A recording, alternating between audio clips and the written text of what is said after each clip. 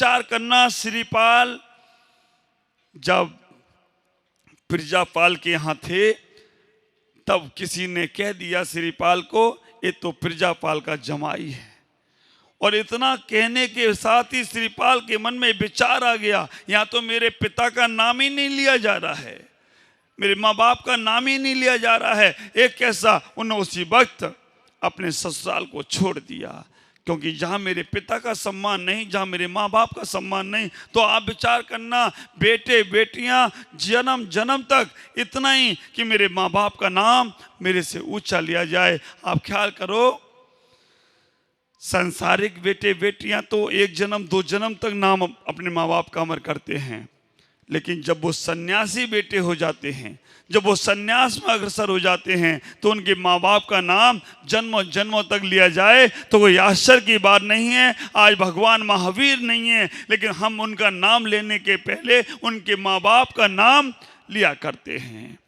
तो विचार करना, माँ की तपस्या 9 महीने की है, पिता की तपस्या 20 साल की है, पति पत्नी की तपस्या जीवन भर की है, और बच्चों की तपस्या जन्मों जन्मों की है, और साधु की तपस्या निर्वाण तक की हुआ करती है। साधु निर्वाण तक जाने तक तपस्या करता है। संसार में जब तक निर्वाण नहीं मिलेगा तब तक मेरी तपस्या अनवरत चलती रहती है। ख्याल करो, सबकी तपस्या है, और इन तपस्याओं में अपने आप को समझने का प्रयास करना।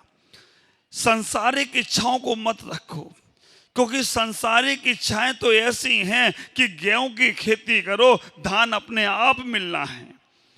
इष्ट उपदेश में पूज्यपाद स्वामी कहते हैं, जो व्यक्ति 4 कोस चलने की ताकत रखता है, आधा कोस के बारे में उसे सोचना नहीं चाहिए। आधा कोस तो अपने आप मिल जाएगा।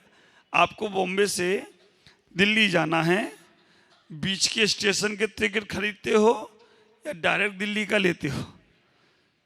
बीच के स्टेशन मिलते हैं कि नहीं मिलते हैं? आप विचार करके रखना, बीच के स्टेशन तो अपने आप मिलने वाले हैं। तो हमारी साधना उस निर्वाण की साधना होना चाहिए, हमारी तपस्या उस निर्वाण की तपस्या होना चाहिए। सांसारिक तपस्याएं तो मैंने कई बार की, और तुम्हारी जो तपस्या है ना, आज मैं अपनी तपस्वियों को बहुत बड़ा पुण्य देने वाला हूं। जो उपास करने वाले तपस्वी हैं, बाद में याद दिला देना प्रवचन के, वो हम बाद में संकल्प करा के पुण्य दिलाऊंगा। बहुत बड़ी तपस्या हम लोग कर रहे हैं। जीवन में ख्याल करके रखना, ये तपस्याओं को छोटे मोटे सामानों में बेचना नहीं है। आप विचार करना, 1 करोड़ की चेक मेरे पास रखी है, और कोई कहता है कि 10 लाख में हम तुम्हें नगद में भुना ले रहे हैं। समझदार आदमी 1 करोड़ की चेक 10 लाख में देगा क्या? और 1 करोड़ मिलने वाला है, बस थोड़ा धैर्य रखो, क्योंकि एफडी बनी हुई है, और एफडी जल्दी तोड़वाओगे तो गड़बड़ हो जाएगा। इसलिए अपने आप टूटने दो उसको, मिलेगा तुम्हें जरूर, तुम्हारे नाम से ही एफडी है।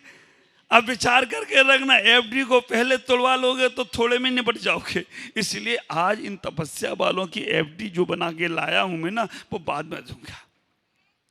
आप विचार करना, हम अपनी तपस्याओं को छोटे मोटी चीजों में बेचे मत। हमारी तपस्याओं को, रावण के जीवन का एक दृष्टांत याद आता। रावण इतनी बड़ी तपस्या कर रहा था कि हर 5 मिनट में उसको एक रिद्धि प्राप्त हो रही थी, हर 5 मिनट में उसको एक सिद्धि प्राप्त हो रही थी। लेकिन एक विद्याधर का वैभव क्या देखा उसने? उस रावण ने जैसे विद्याधर का वैभव देखा, और विद्याधर का वैभव देखकर मन में ये भाव आ गया, इसके अलावा अगर मुझे इस तपस्या का कोई फल मिले तो वो फल हमें नहीं चाहिए। मिल गया, जो मोक्ष जाने वाला था फिर वो संसार में भटकने लगा। तो विचार करके रखना, कोई भी तपस्या करना है तो हमें सांसारिक इच्छाओं को लेकर तपस्या मत करो, क्योंकि सांसारिक इच्छाएं तो तुम्हारी स्वतः ही पूरी हो जाएंगी। मेरे पास लोग आके बोलते हैं, महाराज आप विचार करना, बहुत सी संसारिक इच्छाएं लेकर आकर बोलते हैं कि महाराज मेरी ये इच्छा है, मेरी वो इच्छा है। तो मैं उनसे इतना ही कहता हूं, वो इच्छा पूरी करना थी तो घर में परिवार में भी कर सकते थे, संसार में रहकर भी कर सकते थे। मोक्ष मार्ग में आने के बाद हमारी तपस्या इस सांसारिक इच्छाओं को पूर्ति करने के लिए नहीं है, हमारी अंदर की उपलब्धियों को प्राप्त करने के लिए है। कभी कभी जब मैं जेल में प्रवचन करने जाता हूँ तो मैं जेल के उन बंदियों को कहकर आता हूँ, बंदी भाइयों को कहकर आता हूँ, आपके पास यहाँ बहुत समय है और इस बहुत समय में आप जितना समय अपने लिए उपयोग लगा, या तुम्हें बीवी की चिंता नहीं, बच्चों की चिंता नहीं, खाने की चिंता नहीं, काम की चिंता नहीं, धाम की चिंता, किसी चिंता में तुम्हें नहीं जाना है। चिंता करने वाले तुम्हें बाहर कैसे निकलना, वो भी बाहर वाले ही सोच रहे हैं। तुम्हें तो केवल एक ही सोचना है कि हमें अपना कल्याण कैसे करना है। तो मैं यही तपस्वियों से कहना चाहता हूँ, तुम्हें रहने की चिंता नहीं, रहने वाली व्यवस्था हमारी कमेटी वाले कर रहे हैं। खाने की चिंता नहीं, वो तुम्हारे हाथ जोड़कर खड़े हैं कि भाई चलो भोजन करो। उपवास के पाड़ना की तुम्हें चिंता नहीं, वो भी करने वाले हमारे सब लोग तपस्वी बेटे परिवार के लोग हैं, समाज के लोग हैं। आप विचार करना, आपको केवल एक ही चिंता करना है कि मुझे अपना आत्म कल्याण कैसे करना। जितना समय तुमने अपने लिए निकाल, या क्या चिंता करना है, सेवा करने मिल रहे हैं, सामान देने वाले मिल रहे हैं, सबको, लेकिन आपको केवल अपना चिंता करना है कि अब हमें 10 दिन तक, अब तो 3 दिन रह गए, अखंड मौन ले लो। यमराज भी आएगा, कहेगा कि बोलो कुछ, भाई बोलूंगा जहां बोलना होगा, अभी कुछ नहीं बोलूंगा। आप विचार करके रखना, क्योंकि अभी तुम्हें ऊर्जा का कलेक्शन करना है, अंग संग्रह करना है। अभी ऊर्जा तुम्हारे पास अंतरंग में शारीरिक ऊर्जा कम हुई है, आंतरिक ऊर्जा बड़ी है, आत्मिक ऊर्जा बड़ी है। तो हमें अभी शारीरिक ऊर्जा को बचाने का प्रयास करो, ख्याल करो। हम अपनी इच्छाओं को जितना रोकेंगे उतनी हमारी तपस्या बढ़ती जाएगी। एक और सूत्र दे रहा हूं, अनुकूलताओं में तपस्या नहीं होती, अनुकूलताओं में साधना नहीं होती। अनुकूलताओं में पता नहीं चलता कि तुम्हारी तपस्या सही है या गलत है। जब प्रतिकूल वातावरण मिले तब समझना तुम अपने आप को रोक पाए हो, तब तपस्या होती। प्रतिकूलताओं में अपने आप को संभाल लेना ही सबसे बड़ी तपस्या है। प्रतिकूल वातावरण मिले, प्रतिकूल, और कई बार तो मुझे आश्चर्य लगता है, लोग बोलते हैं महाराज लोग बहुत तपस्वी होते हैं, 22 वर्ष सहन करते हैं, 12 प्रकार के तप करते हैं, इच्छाओं का निरोध करते हैं, बहुत सारे तपस्वी होते हैं। लेकिन मुझे लगता है कि मुझसे ज्यादा बड़ी तपस्या आप लोगों की। महाराज को कहा कि तपस्या बना बना के तुम खिलाते हो। आप विचार करना, रहने के स्थान तुम दे देते हो, न कमाने जाना न धमाने जाना। आपकी तपस्या देखो कितनी, महाराज के तो 22 वर्ष हैं, तुम्हारे 22,000 वर्ष हैं। पत्नी की सुनो, बच्चों की सुनो, व्यापारियों की सुनो, अड़ोसी पड़ोसी की सुनो, समाज की सुनो, और किसी की सुनते हो। मुझे तो वास्तव में आपको देखकर ऐसा लगता है, क्या बोले भरत भाई? हाँ, मोदी जी की सुनो, गवर्नमेंट की सुनो, समाज किस की नहीं सुनो। और हमेशा तलवार घूमती रहती है आपके ऊपर।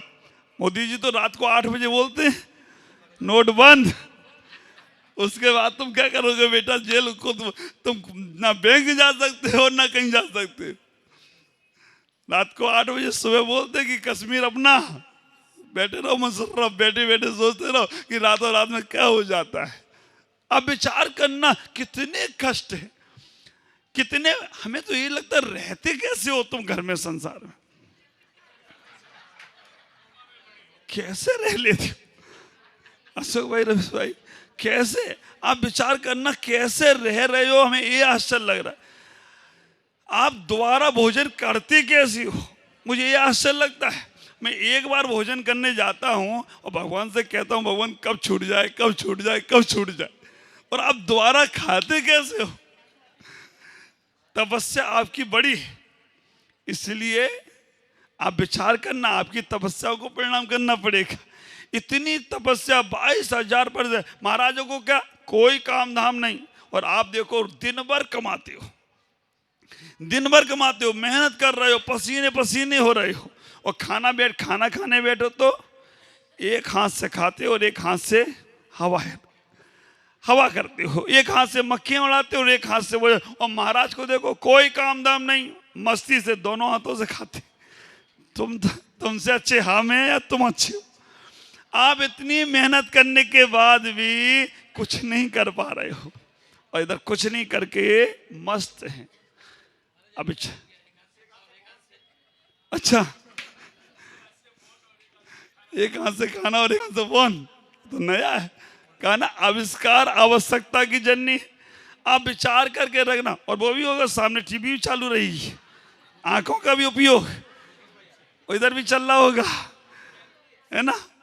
और भी बहुत सा। अब कितनी कितनी, अभी तक महिलाओं के लिए बोलते थे कि महिलाएं एक साथ 6 काम करती हैं। बड़ी तपस्या है महिलाओं की। पूजा भी चलती रहेगी, भगवान का अभिषेक भी चलता रहेगा, लक्ष्मी करी माला भी चलती रहेगी, पड़ोसी में हमारा कोई फ्रेंड आ जाए उसको भी बैठा लेंगे, और घर से बहू ने बेटा बच्चे को दे दिया उसको भी खिलाते रहेंगे। इतनी बड़ी तपस्या है तुम्हारी। आप विचार करना, बच्चा घर में लाए वो भी खिलाते रहोगे, सहेली को भी ध्यान रखोगे, अभिषेक भी चलेगा, पूजा भी चलेगी, माला भी चलेगी, और उसमें भी तैयारी रहेगी कोई तत्वासूत और सुना दे। आप विचार कर, तो आप लोगों की तपस्या बड़ी कितने पर से। आप विचार करना, मुझे बहुत आश्चर्य लगता है। एक पत्नी ने अपने परमात्मा से प्रार्थना करी, हे भगवान मुझे हर जन्म में ऐसा ही पति मिले। भगवान, पत्नी ने अपने पति से बोला कि मैं भगवान से प्रार्थना करती हूँ हर जन्म में तुम मुझे ही मिलो, हर जन्म में तुम मेरे पति बनो। पति ने पूछा क्यों, ऐसा क्यों बोलती हो। पत्नी ने बोला, इस जन्म में तो मैंने तुम्हें सुधारा है, अगली बार सुधराए तो मिलोगे। एक जन्म तो लग गया तुम्हें सुधारने में, कम से कम अगली बार सुधराए तो मिलोगे, फिर सुधारो दूसरे को, तो हर जन्म में यही पति मिले। एक जन्म तो लग गया सुधारने में। आप विचार करना, कई बार होता है वो सब खुश है। आप विचार करना, एक जन्म तो लग गया तपस्या करते करते, हर बात सुधारते। अब हर जन्म में नया मिलेगा तो फिर सुधारो उसे, इसलिए हर जन्म में तुम ही मिलो। ख्याल करो, हमें अपनी तपस्याओं को बहुत संभालना है। और मैं आपसे हमेशा कहता हूं कि अपने आप को तपस्वी समझो और घर को तपोवन समझो। अपने घर को तपोवन समझो और अपने आप को तपस्वी समझो। जैसे तुमने अपने आप को तपस्वी, और तपस्वी का लक्षण क्या है, अब विचार करना। तपस्वी जीता तो अपने आत्मा में है, तपस्वी जीता तो अपने आत्मा में है, अपने आत्मा में रहता है, लेकिन संसार के लोगों के मन को पढ़कर जीवन जीने का प्रयास करता है। हमें इतना ही विचार करना है कि संसारिक लोगों की क्रियाएं, संसारिक लोगों की बातें जीवन में बहुत होंगी, लेकिन अपने आप को तपस्या में लगाने का प्रयास करो। जब कभी प्रतिकूल वातावरण बने, आप शांत हो जाओ। आप विचार करना, जैसे आप शांत होगे वैसे ही आपका वातावरण अनुकूल होना प्रारंभ हो जाएगा। जब बड़ी आवाज तुम्हारे सामने आए तो छोटी आवाज को शांत होना चाहिए। रेलवे के बगल में जो लोग रहते हैं, ट्रेन के बगल में, रेल की पटरियों के बगल में जो लोग रहते हैं, घर में बहुत बातें होती होंगी, लेकिन जैसी ट्रेन निकलती है वो लोग घर के चुप हो जाते हैं। मालूम है कि मेरा बोलना व्यर्थ होने वाला है, तो विचार करना कि हमें अपने जीवन में उन तपस्याओं को करने का प्रयास करना। सबसे पहले आविष्कारों की ओर मत जाइएगा। आविष्कार रोज नए होने वाले हैं, लेकिन हम जितना अपने आप में सीमित होंगे उतनी हमारी तपस्या बढ़ेगी। तपस्या को हम समझने का प्रयास करें। आचार्यों ने कहा, तपसा निर्जरा चाह। आपकी पूजा पाठ से पुण्य तो मिल रहा है, आपके स्वाध्याय से पुण्य तो मिल रहा है, आपके व्रतों से पुण्य तो मिल रहा है, लेकिन तपसा निर्जरा चाह, तप करने से कर्मों की निर्जरा होती है। कितने प्रकार के तप? 12 प्रकार के। महाराजों के तो याद है, तुम्हारे कितने प्रकार के तप हैं? 12 प्रकार के महाराज के तप। 6 अंतरंग तप और 6 बहिरंग तप। बहिरंग तप मिथ्या दृष्टि भी तप लेता है। आप विचार करके रखना, बहिरंग तप है, मिथ्या दृष्टि भी तप लेता है। बहिरंग तप कौन कौन से हैं? अनशन, अवमोदर्य, वृत्ति पर संज्ञान, रस पर त्याग, विविध सयासन और काय कलिश। अनशन नाम का एक तप, मुनिराज आज आहार पे नहीं जाएंगे, ये उनकी तपस्या है। उस वास्तव में 4 पुण्य के साधन में सबसे बड़ी साधना बताई है कि अनशन तप करना, उपवास करना। और जब कभी तपस्या का नाम आता है, आप विचार करना, जब भी तप का दिन आता है, तपस्या का नाम आता है, तो एक नाम हमारे दिल और दिमाग में ही नहीं, हर जगह छा जाया करता है, आचार्य सन्मति सागर जी का नाम। उन जैसी तपस्या कोई नहीं कर सका। विचार करके रखना, आज तक इतने संत हुए, भगवंत हुए, महावीर से हम तुलना नहीं करेंगे। महावीर ने तो 12 साल में 11 साल उपास करी। 12 साल महाराज भगवान महावीर जो 30 वर्ष तो घर में रहे, 30 वर्ष घर में रहने के बाद 12 साल उनका साधना काल रहा, केवल ज्ञान के पहले मुनि अवस्था में। 12 साल में केवल 1 साल आहार किया, 11 साल उपवास किए। अब विचार करना, उनके उपास हमारे जैसे नहीं होते थे, अपने जैसे। पानी भी पी रहे हैं और उपास भी चल रहा है, मुनक्के भी खा रहे हैं और उपास भी चल रहा है, किशमिश भी चल रही है और उपास भी चल रहा है, नारियल पानी भी चल रहा है और उपास भी चल रहा है, अखंड उपास। अब विचार करके रखना, लेकिन नई मामा से काने मामा ही अच्छी होती है। अब ये मत सोचना कि यार महाराज ने तो 2 दी एक ही दिन में, मेरी तो बराबर कर दी, मैं तो 7 दिन उपास के हो गए और मेरे तो पानी पीना ही बेकार बता दिया। नहीं, अब विचार करना, पानी पीना भी उपास है, मुनक्का खा के भी करते उपास है, एक बार भोजन करते वो भी उपास है। और मेरी भी रोज उपास की इच्छा होती है आहार करने के बाद, वो भी उपास है। दूसरा आहार नहीं होगा तब तक का उपास। एक व्यक्ति आया था मेरे पास पर्यूषण के पहले, आके बोला महाराज मेरी बहुत इच्छा है 10 उपास करने की। मैंने कहा अच्छा मौका है और मैं तुमको तकलीफ भी नहीं होने दूंगा, बहुत अच्छे से कर लो उपास।